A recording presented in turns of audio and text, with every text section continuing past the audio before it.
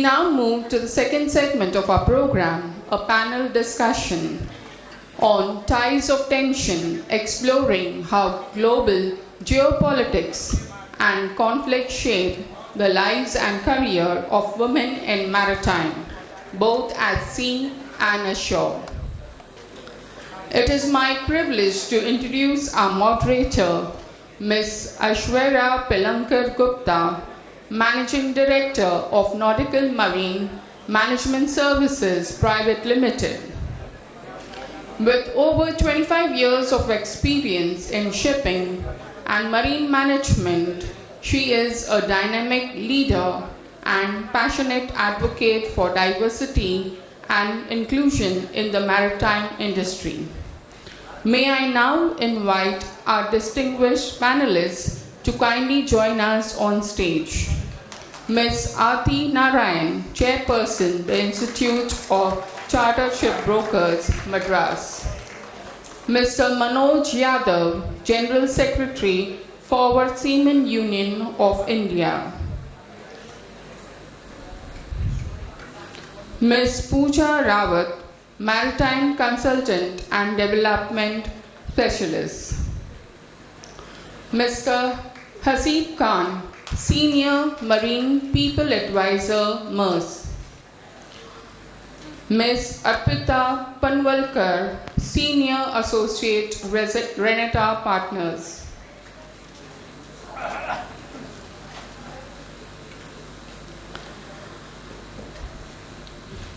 Shirish, kindly play the video that will set the tone for this important discussion.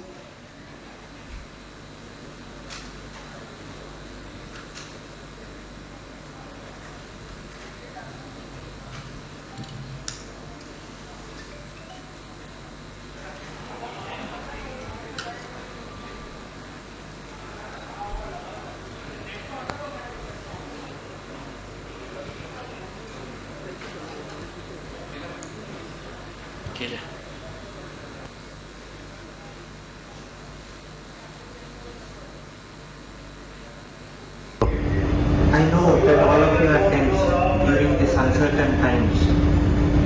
When the sea feels heavier and the horizon, which normally guides us, has many questions more than answers, has many drones than we have ever seen or even ever imagined. This is the time which will test not only our skill but also our courage. Professionalism, discipline, risk are all a part of a seafarer's life. Weather changes happen unexpectedly and it can directly affect navigation and port operations. Long working hours, physical exhaustion, and mental stress become a part of everyday life. Targeted by significant drone attack that struck the fuel oil storage facilities, creating large fires and plumes of black smoke. A wave of cold dread took hold as the realization of what happened began to sink in and stopped the maritime operations. जब हमें पता चला कि हमारा vessel war zone area में है, एक second के लिए दिल तेज धड़का, फैमिली की याद और घर की फिक्र सब कुछ एक साथ सामने आ गया। फिर ख्याल आया कि हम समुद्र में हैं, वो हमसे हिम्मत मांगता है, डर नहीं।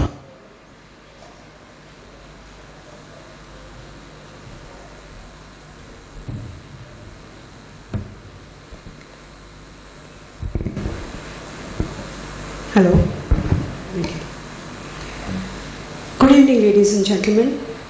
Today's discussion is extremely relevant because the maritime industry is operating in a world that is becoming increasingly unpredictable.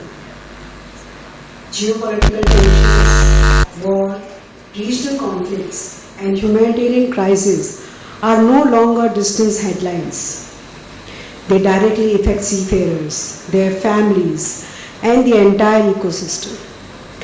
The video just played showed a little small discussions that we are going to have about in today's time. Very often we discuss such situations, we focus on operational, distributions, logistics, commercial impact. But behind every vessel caught in uncertainty and our very own seafarers, the real people dealing with fear, stress, emotions, trauma, and difficult decisions both at sea and also back at home. This panel is really about understanding the human side of maritime crisis. It is about discussing preparedness, welfare, mental well-being, communication, resilience, and the support system available to seafarers and their families to difficult times. At the same time, as more women enter and contribute meaningfully to the maritime sector, it is also important to understand whether our system, policies and workplaces, culture are evolving adequately to support a more inclusive and resilient maritime environment.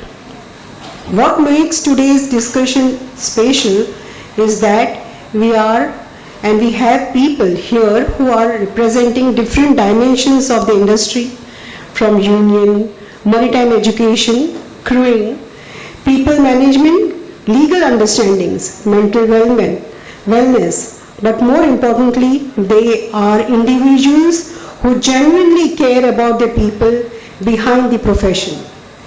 I am looking forward to a very honest, thoughtful and solution-oriented discussions. I would request all the panelists to have their slight and small introductions by themselves.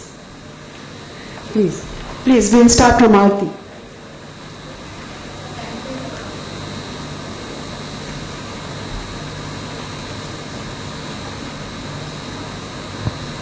Thank you, Aishwarya. Hi, I'm Aarti Narayanan. I'm the director of ABS Marine Services Limited. I've come from Chennai to be part of this event. Thank you, Marex. Thank you, Captain Chadda, for inviting me and being here. And I'm happy to be here. I'm also the chairperson of the Institute of Chartered Shipbrokers, the Madras branch. Evidently, the first woman chairperson after 30 years of the institute. So, thank you so much. Hi, good evening, everybody. Thanks to Marex for inviting me here today. I've been in the maritime industry for almost 25 years, almost 2 decades, and I have just retired from a very reputed company. And now I am an independent maritime consultant and development specialist. Well, it's a payback time for me. Whatever I have collected over the years, I wish to give back to my cadets and to the industry as well. Thank you. Good evening ladies and gentleman, नमस्ते। मेरा नाम मनोज यादव है। मैं forward seamen's union of India का general secretary हूँ। I sailed as a sailor nearly 17 years and from that time till today I am serving the seafarers through my organization. Hello. I am associated with so many other sectors like port sector and other areas as well, where I am representing the unorganized sector as to.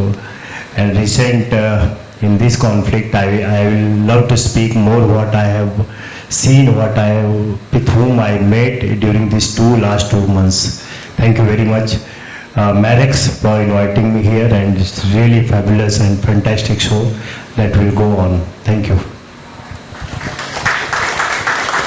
Good evening, everybody. My name is Hasib and I am from Maersk. A sailor by heart, so I've been in the maritime industry for 17 years. I've been sailing before, but from past 2.5 years, I've been in the human side of seafarers, dealing with their welfare, contract management. I also act as a bridge between the company and advise them what works for seafarers, what challenges they face, and what better things we can bring to the industry. So that's my role, and thank you, Marex, and thank you all for inviting and speak on this sensitive topic. Thank you. Good evening, everybody. I am Arpita Panwalkar. I am a senior associate at Renata Partners. We are a law firm exclusively dealing with maritime law. We majorly deal with advisory and litigation exclusively related to maritime law. We advise on charter party disputes, crew related issues. We have We have conducted several cases wherein we have repatriated crew members in their difficult situations. So I'm thankful for Marex to inviting me here and looking forward to such a great discussion. Thank you, panelists, for introducing yourself. Am I allowed? Okay. I would, since I have a sailor and also somebody who's dealing with people, I would like to start from Mr. Hasib. With your experience of 15 years of sailing and now also in MOX handling people. So the first question I think I would start with Mr. Hasib is, how challenging is it for companies and crewing teams to manage vessels and crew in high risk region? And what major gaps still exist in communication, welfare coordinations and seafarer supports during such crisis? Thank you. And I think excellent question at these turbulent times we have here.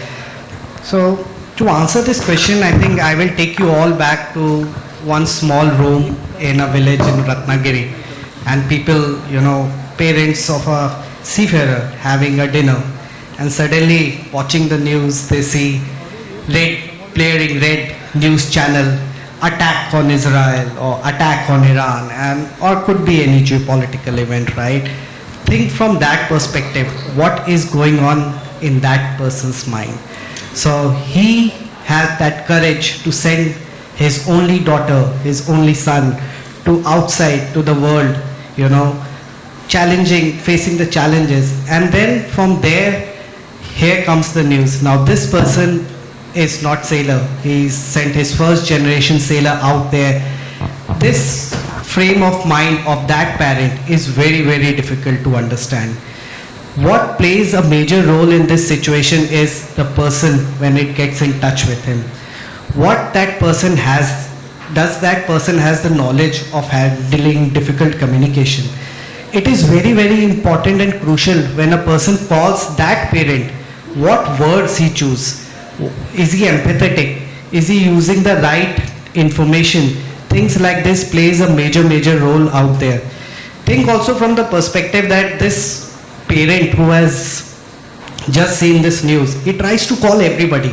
He tries to call his friends, he tries to call his family, and then the community. And we all know what kind of community we live in, right? The moment such thing comes, especially with women, the first thing people say, बोला था ना मत भेजो इसको, देखा क्या हुआ? So imagine that frame of mind, and if he doesn't get the right support at that point of time, I'm afraid to say that would not be the first, that would be the first generation and the last generation of that family to go out at sea. So it is very, very important that we empower the people who are in the people business, who are talking to the crew, that they are well trained in handling communication. Does the company have the protocols that what timely information and at what intervals it should be given? We have handled multiple crises, and at times we see in cases of crisis, timely communication plays the key role. If we know that we are going to call him 8 a.m. in the morning and 8 in the evening, that 6 hours or 12 hours of gap plays the crucial role. 8 o'clock that person is sitting on the phone. Now this phone will ring and somebody will call me from the company. So that's where the gap is there. Sometimes what happens is there's people on duty, such a crisis happens, it's a weekend, it's a 5-day week office, and something happens and people calls with a very non-empathetic tone and say, yeah, there is a crisis, we will let you know what will happen and please stay by. And then that hour till the next information comes, it is very, very difficult. That times are very turbulent. I have seen it, I have faced it. I've talked to a lot of parents, a lot of families in this, and I think every company, every industry out there, be it maritime or anything, they should have a crisis management team and a protocol how to handle difficult communication, the timeliness of the communication, and what are we saying to the family and how much we are saying to the family. So that's the gap, I think. Thank you, Hasib. But I think there's much more. We'll talk one by one and then maybe we'll have to have some more conclusions on it. Manojji, I would like to ask you, whenever global tensions or conflict situations emerges, seafarers are always caught in circumstances completely beyond their control. From your experience, how do these crises particularly affect seafarers and their families? And from union and welfare perspective, do you feel seafarers today are more willing to openly discuss stress, fear and emotional challenges during such situation compared to early years? Well, मैं इतना कहना चाहूँगा, seafarers are the soft target, not today, not from today. Going back to Royal Indian Navy mutiny in 1946 during the British era, what was the reason? The reason was same, shortage of food, non-payment of wages when that mutiny started. And what we are seeing today, the same thing.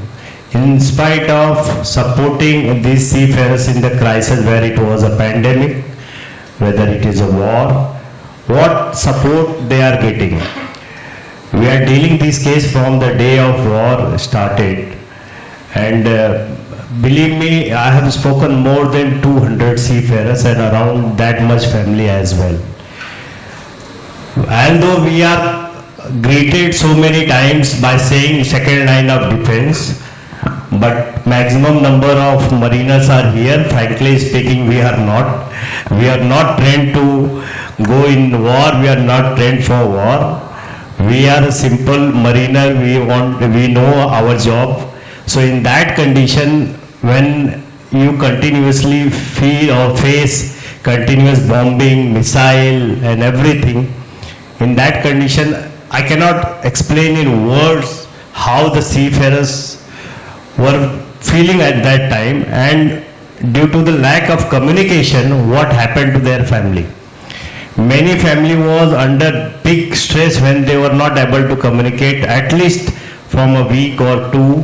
So it is very simple by saying that yes, we recognize this industry, yes, they are a key workers, but there are so many lacunas.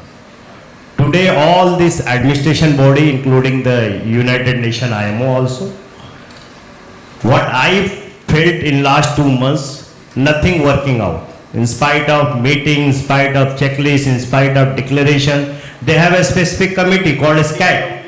Captain Sir, correct me if I am wrong. It's called Seafarers Crisis Action Team. What they are doing? Their task is to evacuate, their task is to support. And again coming back to our nation also, even we are failing so many places, like we don't have any committee in India for the mariners, like if I am saying to meet the disaster like NDRF, the national, such kind of committee is required, because we have faced continuously 2 attacks, one pandemic and the second one is this. Coming back to the stress and the mental stress, yes, we have our own in-house CCAL system that is governed by our psychologist, trained psychologist. She have received multiple of calls. Nobody want to get their salary initially during March. Everybody want to come back home. But slowly when the ceasefire declared, now everybody has started worrying what about my salary. In our industry there are 2 chapters. One, a vessel with the good employer, and the second, the vessel with the bad employers. The good employers role are always projected in all this workshop and the campaign, that yes, they are paying HRA, they are paying the double salary, they are keeping their in-house mental health and well-being program. What about the bad seafarers? Are we not considered bad employers? We have seen so many seafarers who worked at $100 per month. Nearly 6 months they have not received their wages. During the wartime, bombing time, they traveled 1800 kilometers by road to escape from this conflict zone, traveled from one country to another country. Just imagine, during the Diwali days, if after 10 o'clock एक बम फटेगा building के नीचे तो हमको नींद नहीं आती है, and we are saying अरे बस हो गया यार 10 बज गया, and these people were there continuously showing. Some people were showing me on WhatsApp, see sir, this bomb is going here and it is attacking there. So it's really, I'm okay. I'm always supporting this prior positive move, and it directly hit the family. Whether mother, sister, daughter, wife, everyone were under big stress, and we felt that sense, how they were curious, how they were eager to know whether they are safe or not. So in those last 2 months, it was really a lesson for me, and I'm openly saying we are failing so many places, including our international body as well. We have taken up so many letters, we have taken up so many acceptance, consideration, but nothing has moved actually on ground. Thank you, madam. Thank you, sir. I think the stress is also showing on you. Anyway, since we are talking about stress, I think Pooja is the one person that I want to come to. From emotional preparedness and leadership support to long-term psychological well-being, what do you believe that maritime industry still needs to strengthen most in order to build a more emotional resilience and mentally healthy environment for seafarers as well as for their families? That's quite a long question.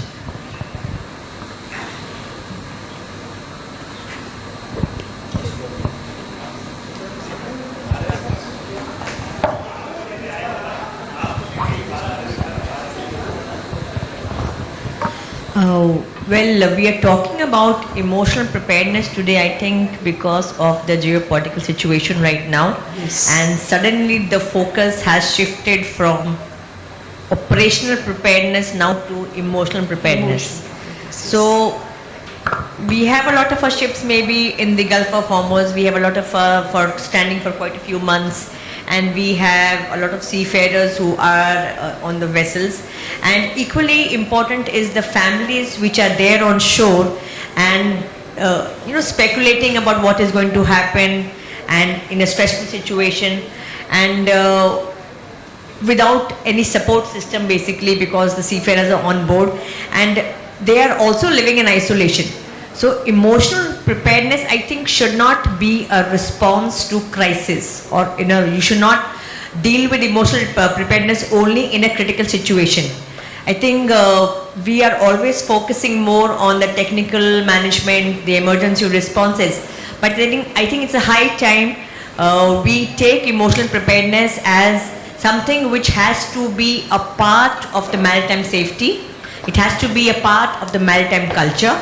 Because all said and done, even operational preparedness, technical emergency, everything is done, but human element still is the center of the situation. Human factor is still there. So it's very important that we have resilient human beings, emotionally well-being human beings who are there on board, who can deal with the critical situations on board. So it's not only the machineries which is going to work, but also the a resilient human being, which is very important here.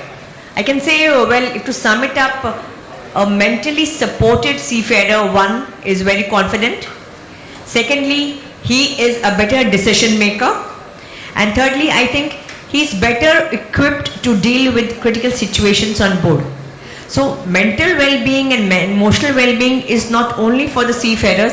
I think the leaders, the chief engineers, the masters who are there on board, they play a very critical role in looking after this, because it cannot be one training program, a standalone training program, and you are emotionally very good. It has to be something like an everyday affair, a regular welfare check-in, or the senior masters talking at the toolbox meeting or at the safety meeting, and it's an everyday affair where they look at crew and they are, they can pick up signals of struggles or people who are struggling to talk, or crew feeling safe to speak up in front of the master or the engineer. So these small things, better communication, and is going to actually contribute a lot to mental well-being, but only if we make emotional preparedness a part of maritime safety and maritime culture. If it's going to be a one-time thing, a standalone thing, I think it is only a response to critical situation, that now, because we are in a critical situation and human is the center of, like Sayar says, human is now a critical part of the solution, not a part of the problem. So emotional preparedness has to become, and we really need to work on it, it has to become a part of the maritime safety and maritime culture, or it's going to be a standalone thing and it's not going to work at all. So thank you. I just wanted to add into this, like when you say preparedness, what preparedness can we actually do? See, emotional preparedness is like we teach people technical skills. We teach people with seafarers how to deal with emergencies. But are we teaching them or training them to deal with the everyday stress on board? Are we giving them insights on how to deal with fatigue or isolation or demanding work hours, or how to deal with when you're lonely on board, or especially in a war-like situation now? What are the tools we are giving them? So are they just, is it a one-time thing because we are in a critical situation now, we are in crisis, we need to have a training program for the seafarers on board and they need to be equipped to deal with the situation?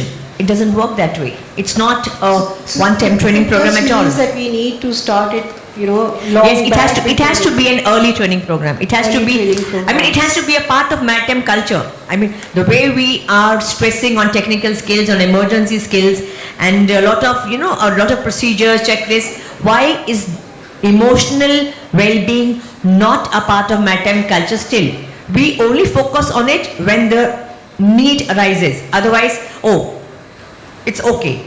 So I think I can give an example. I was doing a class with the revalidation for chief engineers, and I just asked them a question about this emotional preparedness, something like that, and a few of them who were veteran was like, we survived 10 years back and 20 years back. Why is it that we are talking about emotional well-being today so much? Why the cadets, the officers need to know how to survive in a situation? So I just told them, is it about survival or is it about quality life? So if you are getting insights and tools to have a better life, deal with topics in a better way, why not do it? So you have to be open to the change. You have to have a learner's mindset, and I think the change which is going to be brought about is by the leaders, because they set the tone of the culture for the next 6 months. So if they are open to it, I think the crew is going to be open to it. But definitely it has to be a part of the maritime safety. Thank you so much. Thank you, Pooja. When you're talking about critical situations and so, Aarti, I would, since you are also a part of a company, ABS, which is a shipowning company, an Indian shipowning company, from the industry and planning perspective, how do ongoing global conflict and geopolitical tensions impact Indian ship owners, maritime operations and overall business for the organizations like you? Thank you, Aishwarya. I must also say that the ship owners are as stressed out as the seafarers, so probably we should have mental wellness programs for ship owners as well. So as a ship owner, we not only have to be concerned with seafarers, we are also concerned with the asset out there. And the first thing that affected us was the disruption to crew logistics, the closure of all the airports leading to delays in flights, delays in crew exchange, and extended layovers, transit times, and routings to the other Gulf regions were causing safety concerns amongst the seafarers, which added to the complexity and the cost of crew management. Another issue we had was the increase in the insurance costs. The war risk insurance is not available, or it's prohibitively expensive, and few reinsurers are willing to underwrite it except for substantially higher rates. Another issue we had was increase in voyage costs. Recently, ABS Marine took over 2 vessels and we brought it to India. Charter rates have not changed. However, the additional costs being absorbed by the ship owners directly impacting the operating margins. And the crew transiting these high-risk zones have also sought enhanced compensation, further adding to the wage bills. So these have increased our voyage costs. And there has been an underutilization of vessels in these areas because of the closure for the last 2.5 months, and this has affected the Indian owners active in these areas. Further, domestic repercussions have taken place. The recent crisis has had a cascading domestic effect. The cost in the LPG, the bunker fuels, transportation costs, inflation has led to inflation of essential commodities, spares, stores. As a result, the overall expenditure for vessels has increased materially. And the joining crew has also demanded higher wages because of higher cost of living. And the depreciation of the Indian rupee versus the dollar has further inflated the import bill with regards to fuel, spares and equipment. So all this the ship owner has to absorb while maintaining the charter. So I think we have been impacted multifold because of this. Thank you. Thank you, Adi. It was very fast. It has really impacted you for sure. So now we have heard the perspective of crewing. We have heard this perspective of a union and a ship owner and a mental health nurse. So I would like to now go to Arpita on the legal part of this. Both legal and workplace perspective. How important are stronger policies, grievances mechanism, institutional accountability and organizational culture in creating safer, more inclusive and emotionally supportive maritime environment during today's global uncertainties? Thank you, Aishwarya. I think it's absolutely important, especially in the given circumstances where maritime industry is hit by this war situation and geopolitical situations wherein maritime operations are directly impacted, not only in a way of commercial angle, but they are also obviously, as the esteemed panelists have mentioned, that seafarers are also being affected by this situation where human resources are being affected.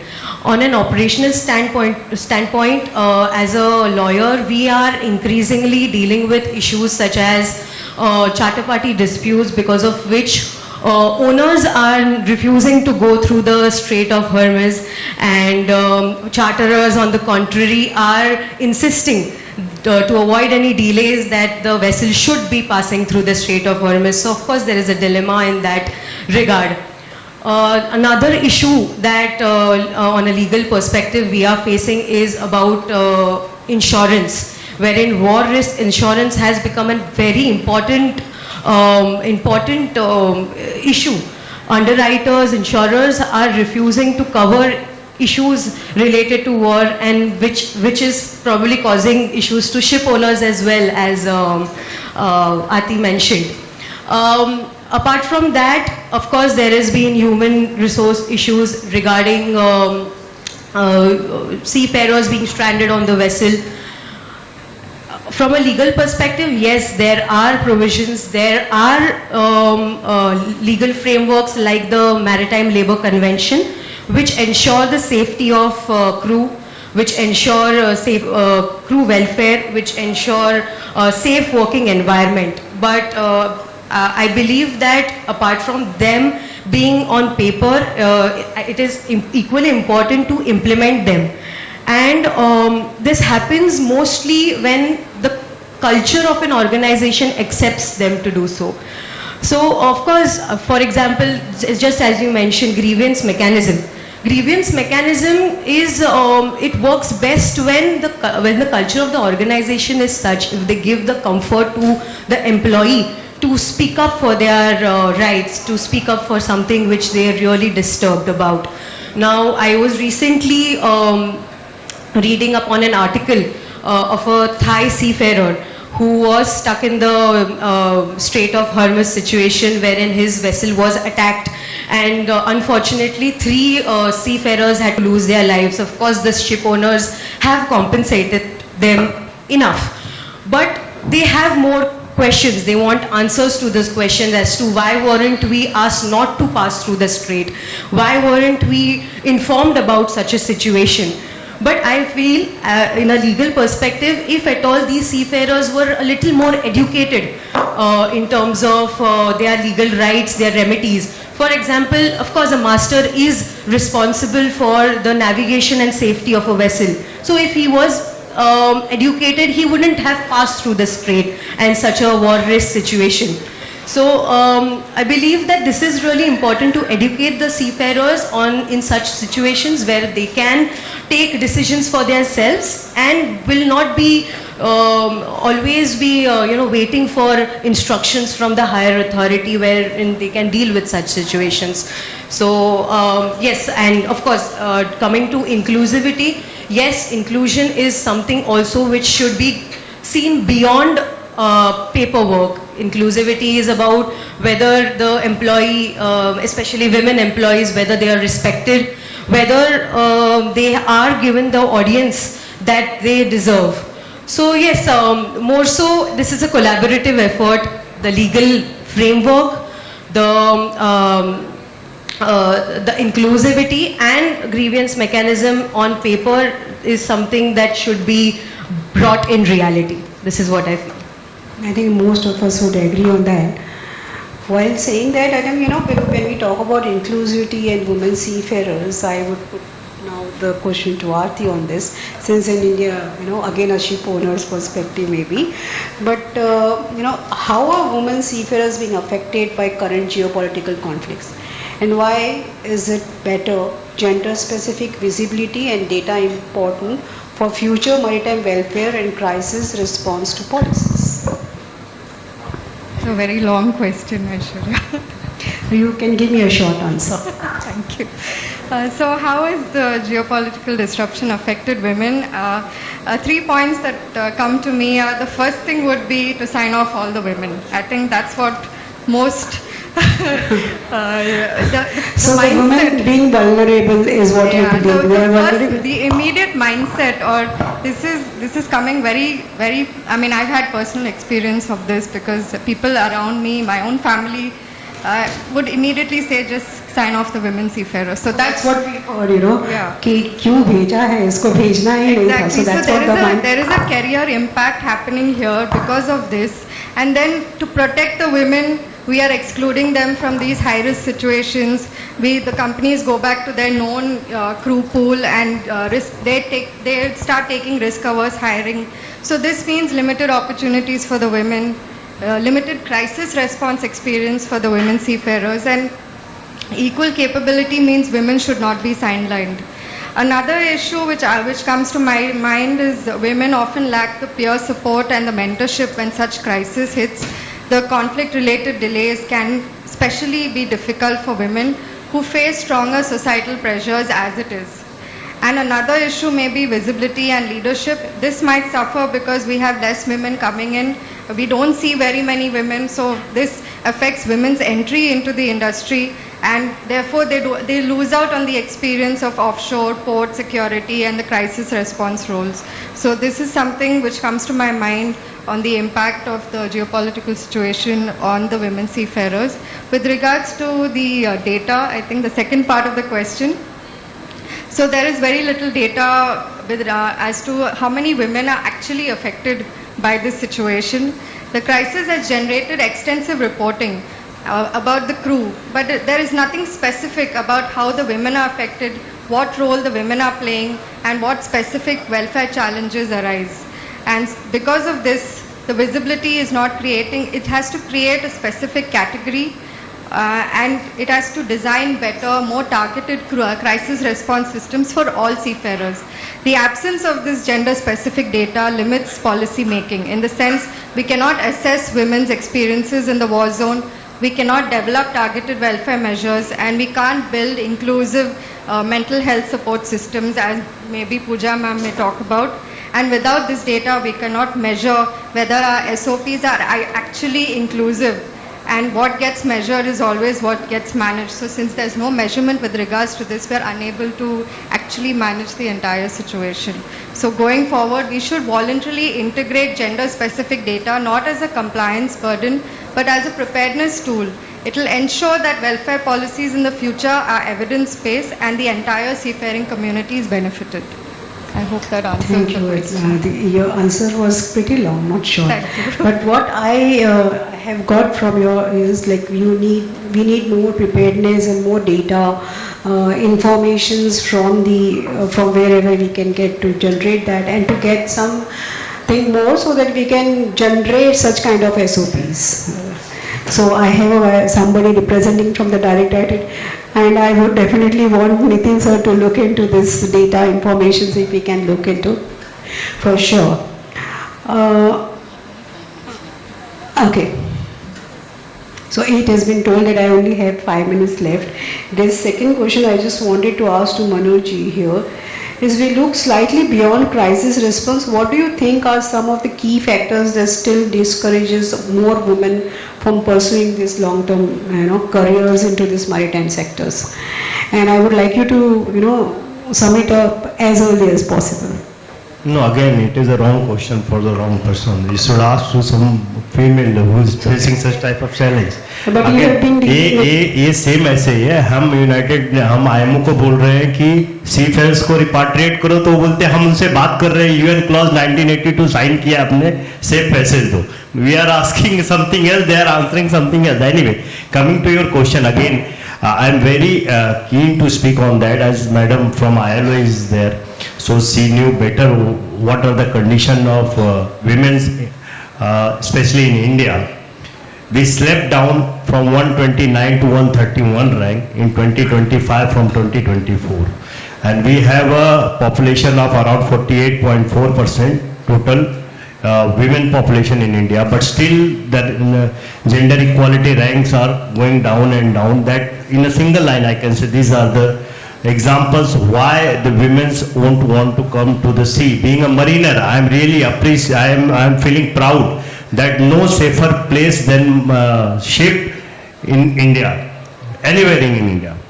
I can quote lots of examples. So because if I just wanted to quote two examples, one from BHU, that school in BHU college in Banaras, and the other one in that hospital in West Bengal. What condition happened? How many cases are getting registered per day against the women, domestic violence, and what are the ratio of the National Health Survey? As I believe 1/3 of the women got surveyed have already reported how this violence and this domination of the male society are still there. We can speak proudly here sitting in a room, but still there are so many challenges where these women has to be educated from their academic. Moreover, we have to create an environment, especially when I am talking about the occupational safety health at workplace, that she has to be more confident. And definitely neutralization of this gender equality. This gender, how we can do that, we have to, I believe we have to discuss more, because if you will ask me, when I will be here, I will say yes, I support women empowerment, but the data is saying something else in our country. So we have to...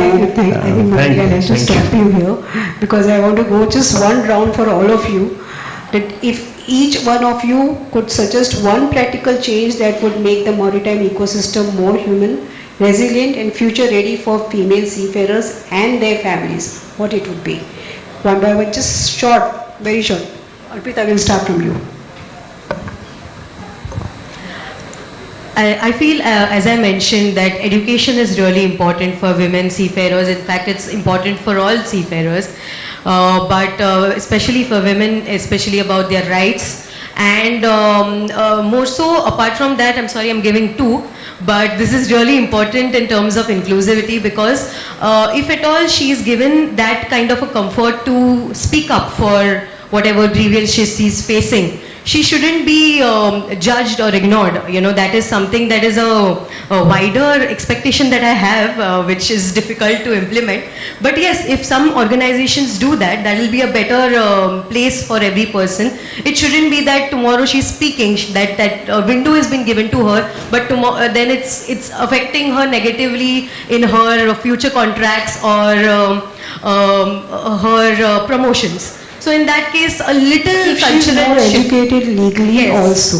That's what you mean to yes, say. yes, absolutely. Great. Thank you. Thank you, Aishwarya.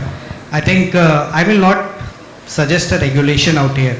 What I will say is that to people who make these regulations, policies and procedures. So I have a daughter who's 3 years old, right? And sometimes I think if she grows up and comes to me and says, Papa, I want to go to Merchant Navy and be a sailor like you, then I, in my mind, should not be thinking twice by saying, beta, go achieve your dream. It should not be that. So I want the world, there is already a lot of regulations, but are they really inclusive? Are they Implemented. Yes, and are they really implementation? Regulations where you feel yourself safe to get your daughter into this industry. So that's So the do you question. feel, can I ask that, do you feel safe today? We are doing a lot, but we are not there. I think we are still on the journey. Okay, Manoj, please go ahead. I strongly feel more education and the campaign, especially by the women who achieve this goal. If they can just go into their own school, I believe they can educate, they can promote more and more women on their own, rather than waiting for any administration or any organization to do. So yes, organization, administration will do definitely on that. But I believe the person, the lady who have achieved this milestone, it's their own responsibility to encourage more and more women. Thank you. We hope we have more and more women wanting more and more women into the industry. Yeah, please, Pooja. Well, I think women need to feel safe on board. They need to feel respected. They need to feel inclusive. And I think I re-emphasize on the same thing back again, that mental, emotional well-being should be a part of the maritime culture very soon, because maritime safety is going to be affected a lot. A lot of change is going to be seen once this is a part of the maritime culture. So it's whether men or women, I think it's for both of them. You need to have an inclusive culture and safe culture, but please pay attention to the emotional well-being and mental well-being of the seafarers. Thank you. I think when you're talking about, I'm trying to understand, when we're talking about women inclusivity, it will come from men. They have to accept it, as well as when women are accepting it and they want to go, it has to be from the end of men also that they have to accept it. While we'll go and promote that you have to come overboard, it is men who has to be allowing them or taking that into their stride and accepting it. The acceptance has to come from men. I believe that. And Aarti, please go ahead. I slightly disagree, but I do agree with Mr. Manoj. I have had a very safe experience on board when I was sailing as a supernumerary 35 years ago, and recently also. I have always felt that the vessel was the safest place for me as a woman. On land I don't feel that safe, but on the vessel I feel safe. With the Indian seafarers, the Indian master, I do feel safe, and this is a personal experience that I have gone through, both with my father and with my husband. So I don't think that has changed, and I agree with Manoj sir. One practical suggestion I could suggest is probably we should have like a global passport which has the seafarer data, which is widely accepted by all owners, all operators. So when the seafarer moves from company to company, the data is already visible. Their leave, their certification, their training, everything is already visible, and it also helps reduce the uncertainty. It can also increase the continuity, and we don't have to build massive HR systems. We just have to pull in this data. We all just have to log into this portal and we get the data. It's a very, very practical situation, because the seafarers are moving from company to company and all of us are logging into the same data. So why not log into the same portal and pick up the same information? That's one practical suggestion I can give. And that's true for men, for all seafarers, not just women. Thank you everybody. Thank you for all your inputs, and I think we have not reached to any conclusions for sure, but this is an ongoing process and we will keep on discussing this, and I hope we are getting more and more women not only into seafaring but also into maritime jobs. And as Manoj said, he is very reluctant of having too many women into all, and he keeps on telling me that you go ahead and educate girls and women to join women.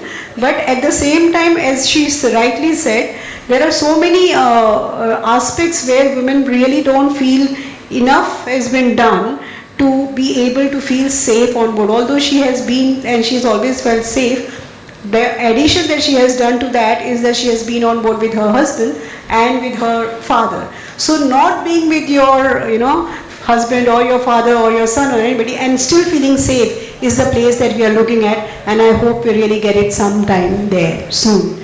Thank you so much. Thank you everybody. Thank you very much for the panelists.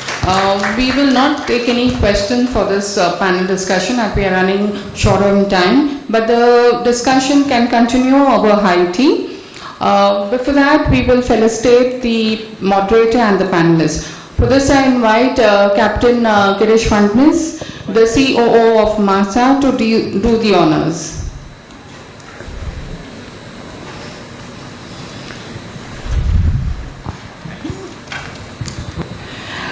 Ms. Ashwara Pilankar.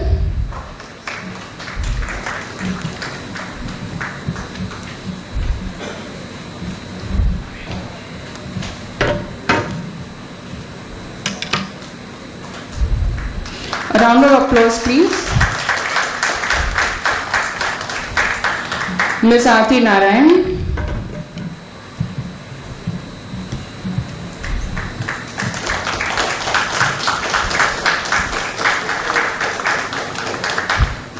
Ms. Pooja Rawat.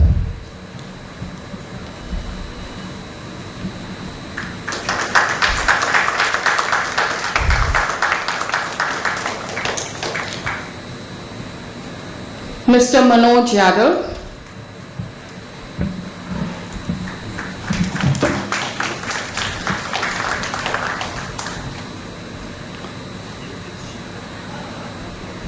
Mr. Asif Khan.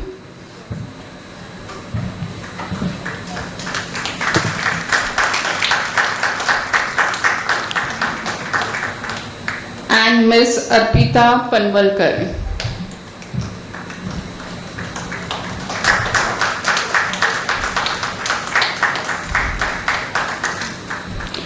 May I request the panelists and the moderator to please come forward for a group photograph?